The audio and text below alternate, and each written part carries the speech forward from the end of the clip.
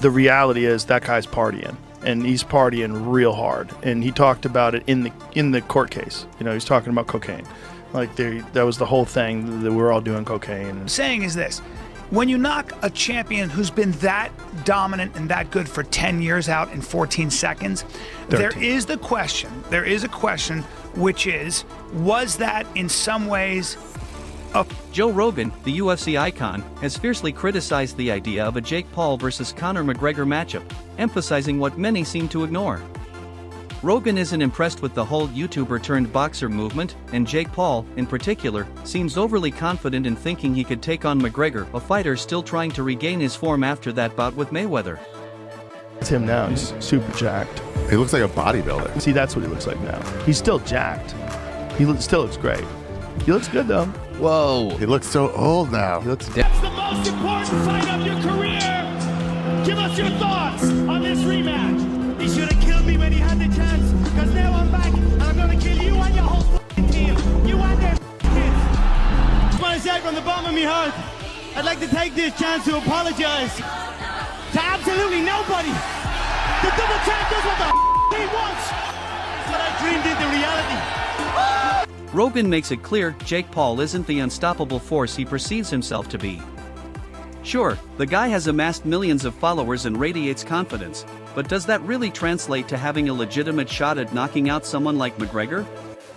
Don't aspire to be, you know, one of these like YouTuber fighters. Right. Aspire for world title. Let's delve into Rogan's intense take on the Paul vs. McGregor circus. What follows is a wild ride through his unfiltered commentary.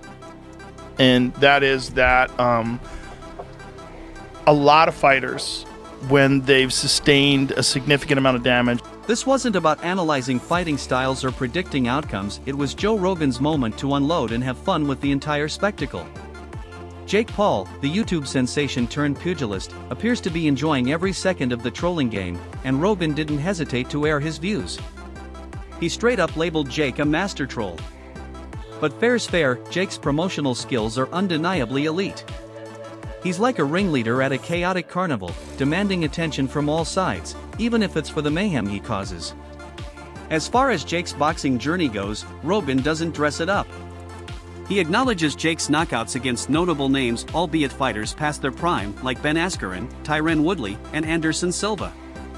Rogan argues that if Jake hadn't emerged from YouTube fame, people might view his boxing pursuits with more legitimacy. Still, Rogan concedes that Jake possesses legitimate knockout power, even if his opponents haven't exactly been elite.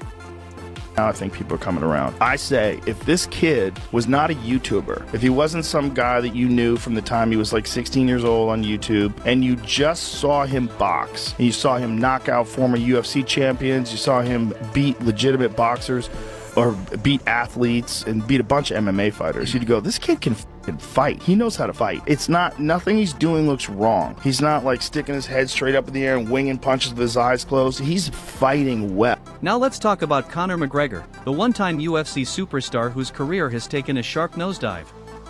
Ever candid, Rogan didn't hold back when discussing McGregor's decline. According to him, McGregor's downfall wasn't about a lack of talent, it was self-sabotage. Fame and fortune hit McGregor like a tidal wave. At the peak of his career, he was invincible, constantly boasting and taunting opponents. But somewhere along the line, it all spiraled. The partying, the extravagance, it all eventually took its toll. Yes, McGregor remains in phenomenal physical condition, but that doesn't hide the chaos in his life. Legal issues, floundering businesses, and a damaged public image have turned his once legendary career into a sad cautionary story. It's been nothing short of a disaster. Looks good, and if he was just an up-and-coming boxer that was this exciting, like highly promotable, like really good at selling fights, you'd be like, this kid's the Rogan spares no punches when critiquing McGregor. This was the man once hailed as the greatest, the fighter expected to dominate the sport. And for a time, he did. From his 13-second knockout of Jose Aldo to becoming the first UFC athlete to simultaneously hold 2 titles, McGregor had the world in his hands. But, as Rogan notes, the story didn't conclude with glory. McGregor reached his zenith and then began to fall apart. From smashing buses to engaging in erratic outbursts with fellow fighters, his antics became as wild as they were destructive. His legacy became a bizarre mix of entertainment and sadness. I don't know if Conor's ever going to fight again. What's happening with his the civil suit? He's being dropped by all his companies or something. Yeah, I don't know the real details of that case, but the reality is that guy's partying, and he's partying real hard. Then there's that infamous bus incident, yes, the moment McGregor threw a metal dolly at a bus loaded with UFC contenders. Rogan's verdict? Pure McGregor chaos, and really, nobody should have been surprised. That stunt earned McGregor serious legal consequences, and let's be honest, it's hardly the behavior of a world-class champion. But Rogan didn't stop at just criticizing his antics. He dove deeper, pointing to McGregor's lack of discipline and party-fueled lifestyle. Stories have circulated about his late-night partying, alleged drug use, and a general dive into reckless living.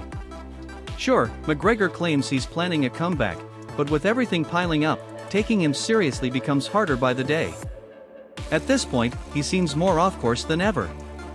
Dylan Dennis is a professional fighter. He's a professional fighter. He jumps out, he takes a swing at him. They're screaming, and Dylan's like, "F you," and he's like, "F you," and there's a bunch of people get involved, and then a bunch of other people jump in. The whole thing was nuts. But the idea that we should be shocked after him throwing a dolly at a bus because Khabib's on the bus, those Russians don't fucking play like that, man. And let's not overlook McGregor's ongoing legal issues. From losing brand deals to battling civil lawsuits, his professional life has turned into a whirlwind of negative headlines. A woman in Dublin has accused him of assault, an allegation that certainly hasn't helped his public standing. Rogan doesn't brush past this, he treats it with the seriousness it warrants. McGregor's life is in disarray, and his legacy is taking a severe hit. Yes, he might continue to share cryptic training videos on Instagram, but let's face it, the spark, the charisma, and the fire that once defined him? They're gone. Who accused the mixed martial arts fighter Conor McGregor of hitting her in a hotel in Dublin 6 years ago, has won a civil case against him. The jury has found McGregor liable and ordered him to pay Nikita Hand €250,000 in damages. Then there's all the buzz surrounding McGregor's comeback. He keeps teasing it, but it's hard to believe when everything around him keeps unraveling.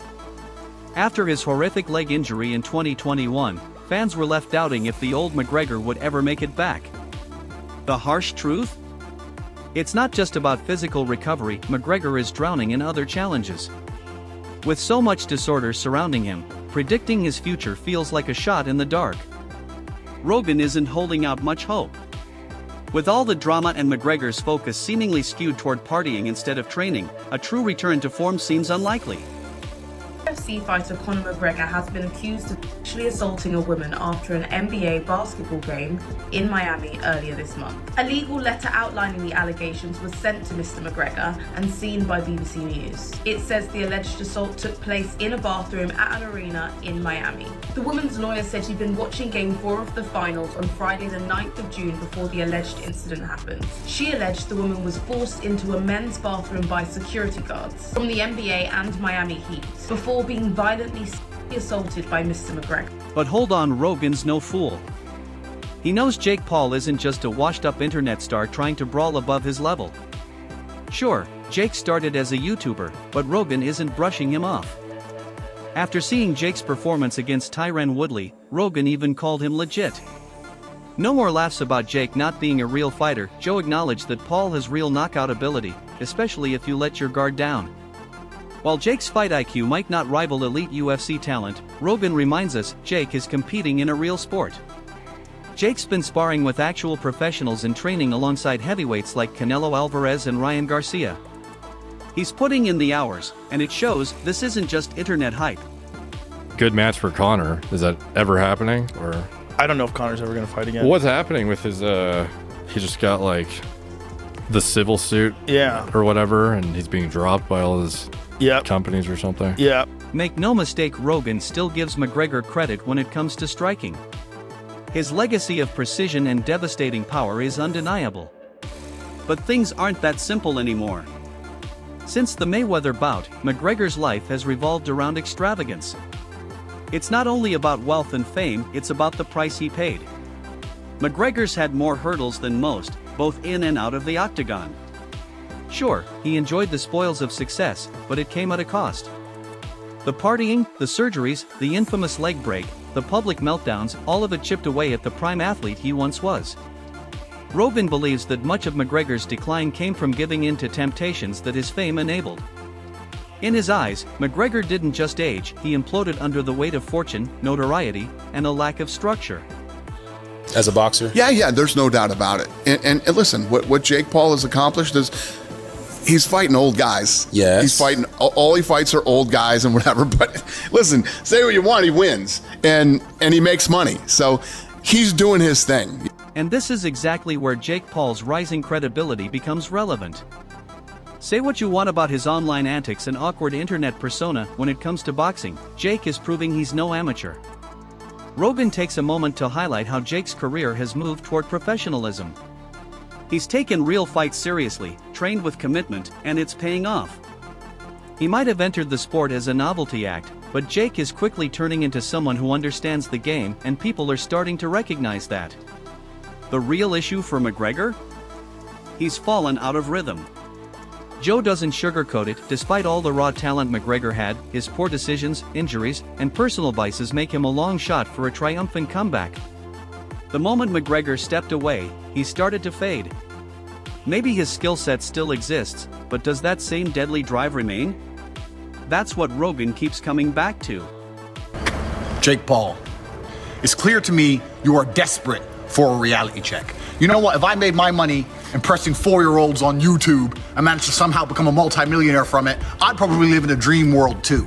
But let me explain something to you about combat sports. There are a whole bunch of men out here who will never be as famous as you, will never make the money you've made, who would kick the living fuck out of you. This is the hardest sport in the world, and people dedicate their lives to this, and most of them never get a payday. It never pays off for the majority of fighters, all of which would fuck you up. So, what's the final takeaway? Can Jake Paul actually beat McGregor in a boxing ring? According to Joe Rogan, it's not an impossible scenario. McGregor has been through countless battles, physical damage, and endless distractions. Meanwhile, Jake has been grinding, sharpening his technique, boosting his mindset, and gaining real momentum. Sure, McGregor could still be dangerous on a good day, but how many of those good days does he even have left? Rogan may not declare a winner outright, but his analysis leaves one thing clear: Jake Paul isn't the joke people thought he was, and McGregor's golden era may well be over. If you enjoyed the fight, don't forget to like, comment, and subscribe for more knockout content only on Knuckle Forge.